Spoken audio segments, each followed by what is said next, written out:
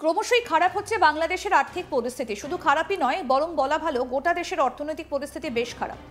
দেশের অর্থনীতির মূল তিনটি স্তম্ভই অস্থিতিশীল হয়ে পড়েছে। এর মধ্যে রয়েছে ব্যাংকিং সেক্টর, নন ব্যাংকিং অর্থনৈতিক প্রতিষ্ঠান এবং স্টক মার্কেট। মূলত দীর্ঘদিন ধরে অনাদায়ী ঋণ, দুর্বল পরিচালন ব্যবস্থা, রাজনৈতিক হস্তক্ষেপ এবং সর্বোপরি সীমাহীন দুর্নীতি, এসবের জন্যই কার্যত দেশের অর্থনৈতিক পরিস্থিতি এতটা খারাপ হয়েছে বলে খবর। যেটা জানা যাচ্ছে, দীর্ঘদিন ধরেই খারাপ পলিসি, রাজনৈতিক হস্তক্ষেপ এবং দুর্নীতি দেশের ব্যাংকিং সেক্টরকে কার্যত পঙ্গু করে তুলেছে, যার মূলে রয়েছে অনাদায়ী ঋণের লম্বা তালিকা। বাংলাদেশের ব্যাংকের দেওয়া তথ্য অনুযায়ী 2025 জুন মাস পর্যন্ত ব্যাংকে অনাদায়ী ঋণের পরিমাণ গিয়ে দাঁড়িয়েছে 6 লক্ষ কোটি বাংলাদেশি টাকা। এছাড়াও আরও 3.18 লাখ কোটি টাকার লুকোনো খেলাপি ঋণ প্রকাশের প্রক্রিয়া চলছে। এর মধ্যে রয়েছে আদালতে আটকে থাকা 1.78 লাখ কোটি টাকা, মকুব করা 80,000 কোটি টাকা এবং আদালতের স্থগিতাদেশের অধীনে 60,000 কোটি টাকা।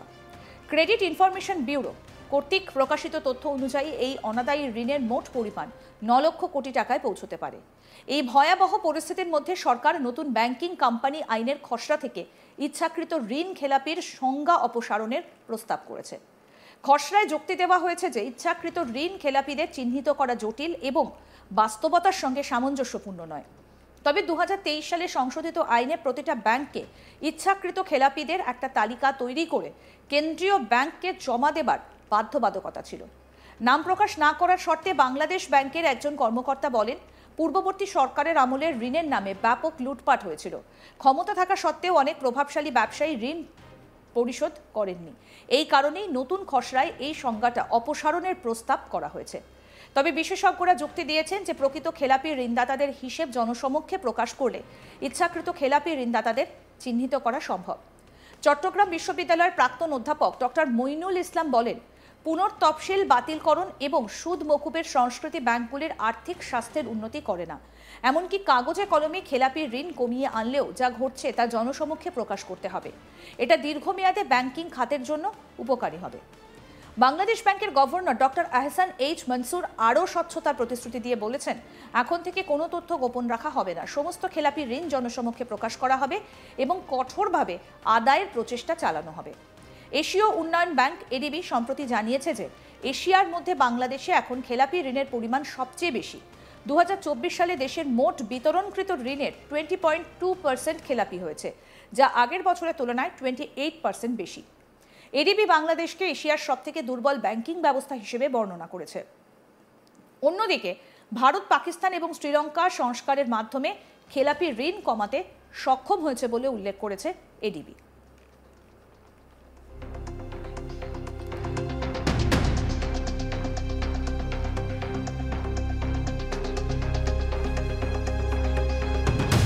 বিশ্বব্যাংকের প্রাক্তন প্রধান অর্থনীতিবিদ ডক্টর জাহিদ হোসেন বলেছেন, নিয়ম যত কঠোর হবে খেলাপি ঋণের সংখ্যা তত বাড়বে। ভারতের মতো সাহসী সংস্কার ছাড়া এই সংকটের অবসান হবে না।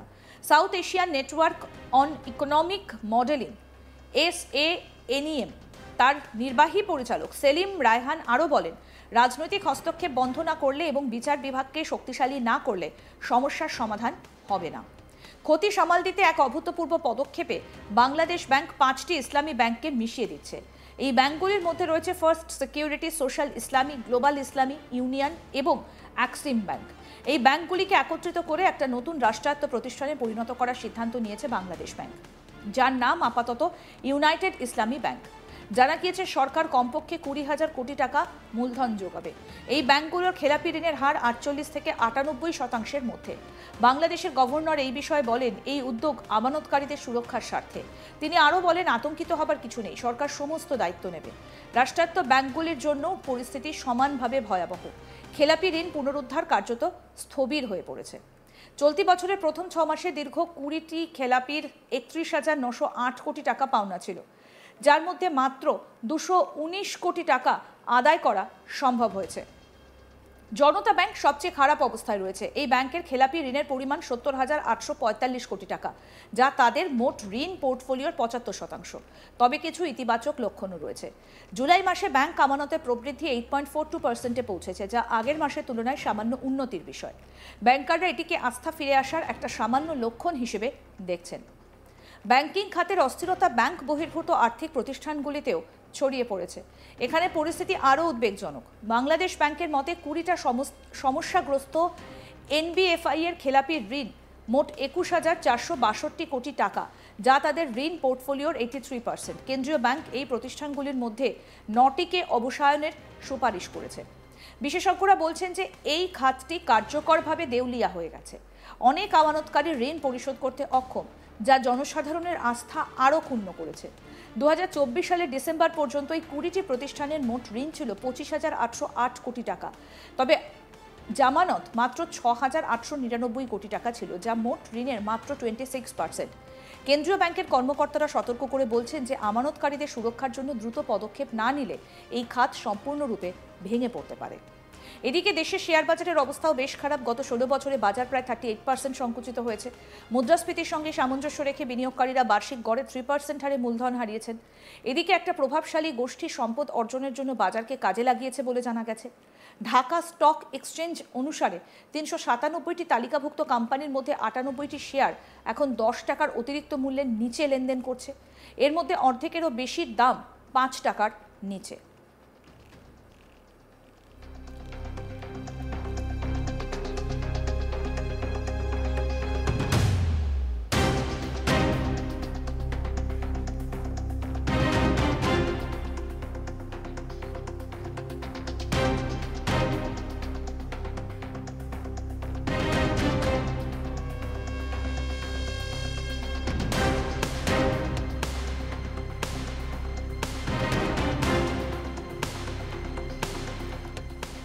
ক্রমশই খারাপ হচ্ছে বাংলাদেশের আর্থিক পরিস্থিতি। শুধু খারাপই নয়, বরং বলা ভালো গোটা দেশের অর্থনৈতিক পরিস্থিতি বেশ খারাপ।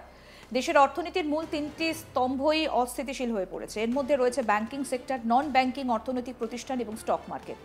মূলত দীর্ঘদিন ধরেই অনাদায়ী ঋণ, দুর্বল পরিচালন ব্যবস্থা, রাজনৈতিক হস্তক্ষেপ এবং সর্বোপরি সীমাহীন দুর্নীতি, এসবের জন্যই কার্যত দেশের অর্থনৈতিক পরিস্থিতি এতটা খারাপ হয়েছে বলে খবর। যেটা জানা যাচ্ছে, দীর্ঘদিন ধরেই খারাপ পলিসি, রাজনৈতিক হস্তক্ষেপ এবং দুর্নীতি দেশের ব্যাংকিং সেক্টরকে কার্যত পঙ্গু করে তুলেছে, যার মূলে রয়েছে অনাদায়ী ঋণের লম্বা তালিকা।